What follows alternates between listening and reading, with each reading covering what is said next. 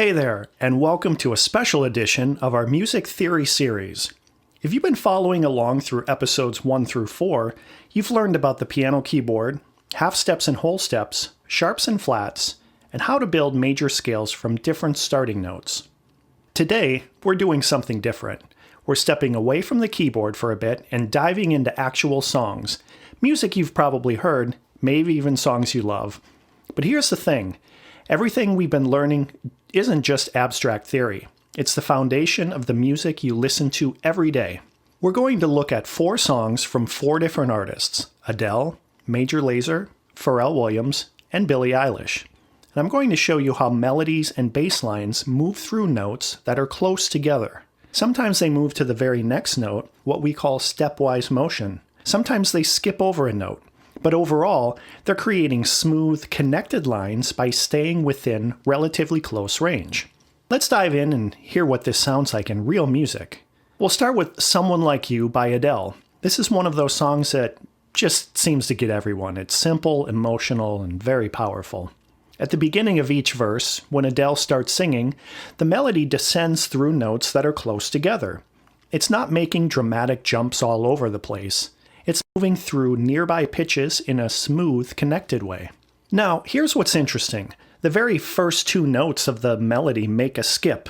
The melody jumps over one note to get started, but then after that, it moves more smoothly, going from note to neighboring note as it continues downward. Let me play that melodic line for you on the piano so you can really hear that movement.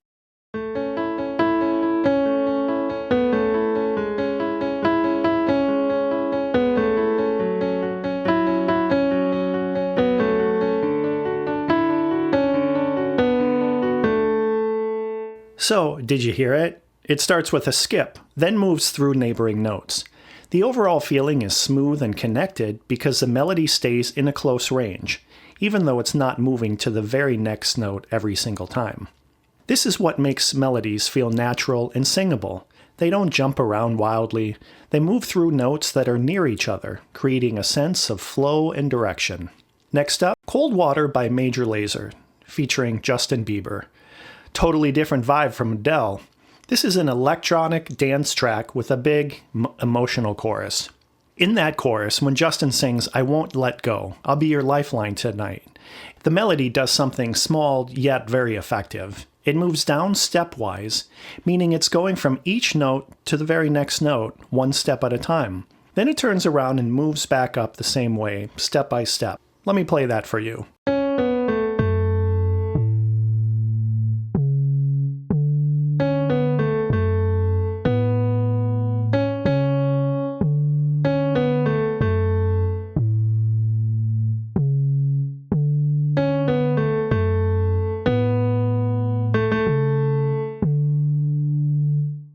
Hear how smooth that is? Each note moving to its immediate neighbor, walking down, then walking back up. That's pure stepwise motion. No skips, no jumps. It's moving from note to neighboring note. If you picture a piano keyboard, you can imagine this melody just walking down the keys. One key to the next key to the next key, then turning around and walking back up. This creates a really satisfying shape to the melody. It has direction, it has purpose, and it all happens through simple steps from one note to the next. Now, let's talk about Happy by Pharrell Williams. This one's interesting because we're not going to focus on the main vocal melody. We're going to listen to something happening in the background. In the chorus, there are background vocals that move down through nearby notes. And here's what I want you to listen for very carefully. Most of the movement sounds fairly smooth, but that last note, the final step down, sounds a little bit closer, a little bit tighter than the steps before it. That's because most of the steps are whole steps, moving to the next note by skipping over one key on the piano. But that last one is a half step, moving to the very next key with nothing in between. Remember, a half step is the smallest distance we can move. It's moving to the immediate neighbor with no keys in between. Let me play this for you, and really focus on that last note. Does it sound like it's pulled in just a little bit closer?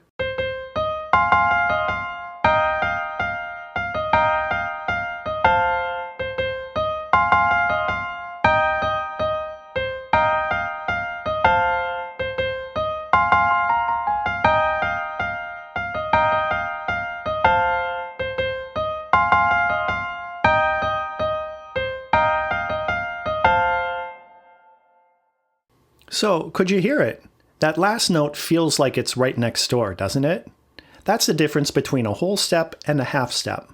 The half step has its tight, close feeling, like the notes are right next to each other, because they are. This is great ear training.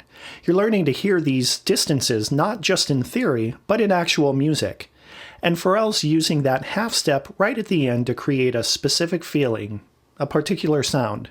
Finally, let's look at Bad Guy by Billie Eilish. Now we're in completely different territory. It's dark, minimal, and hypnotic. But here's what's cool. We're not going to focus on the vocal melody this time. We're going to listen to the bass line, that low, repetitive pattern that drives the whole song. The bass line in Bad Guy is interesting because it uses both stepwise motion and skips. It starts with a skip, jumping over one note, and then, once it moves back down, it moves through some closer notes. The overall pattern stays within a fairly tight range, moving through nearby pitches. And this teaches us something important. It's not just melodies that people sing that use these patterns. Bass lines use them too. The building blocks we've been learning about, half steps, whole steps, moving through nearby notes, they show up in every part of music. Let me play that bass line for you.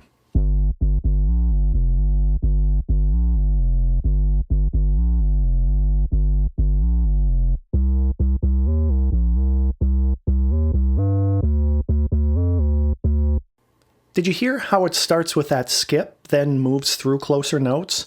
The pattern repeats, creating that hypnotic feeling.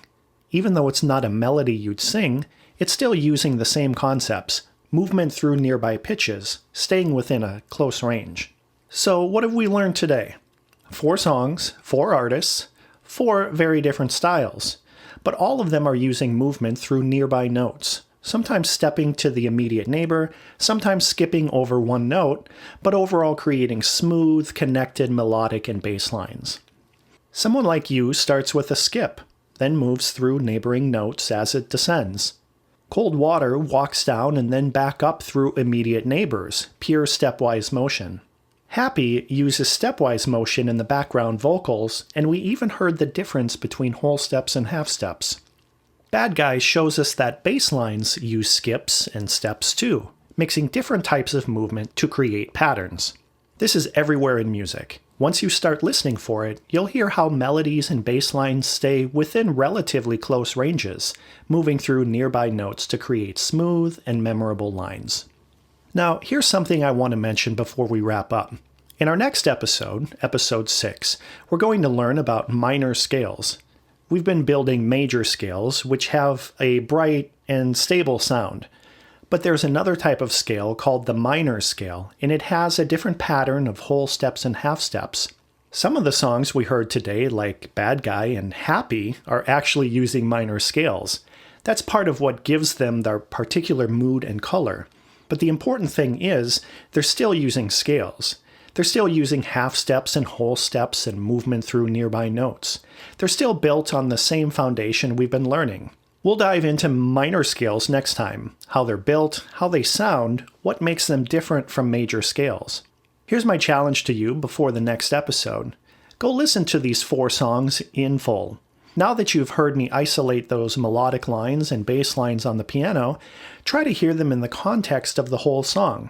Listen for how the melodies move through nearby notes. See if you can tell when they're stepping to immediate neighbors versus when they're skipping over a note. You're training your ears now. You're starting to hear music theory in action. And that's the whole point of this series. Not just to understand concepts abstractly, but to hear them working in real music.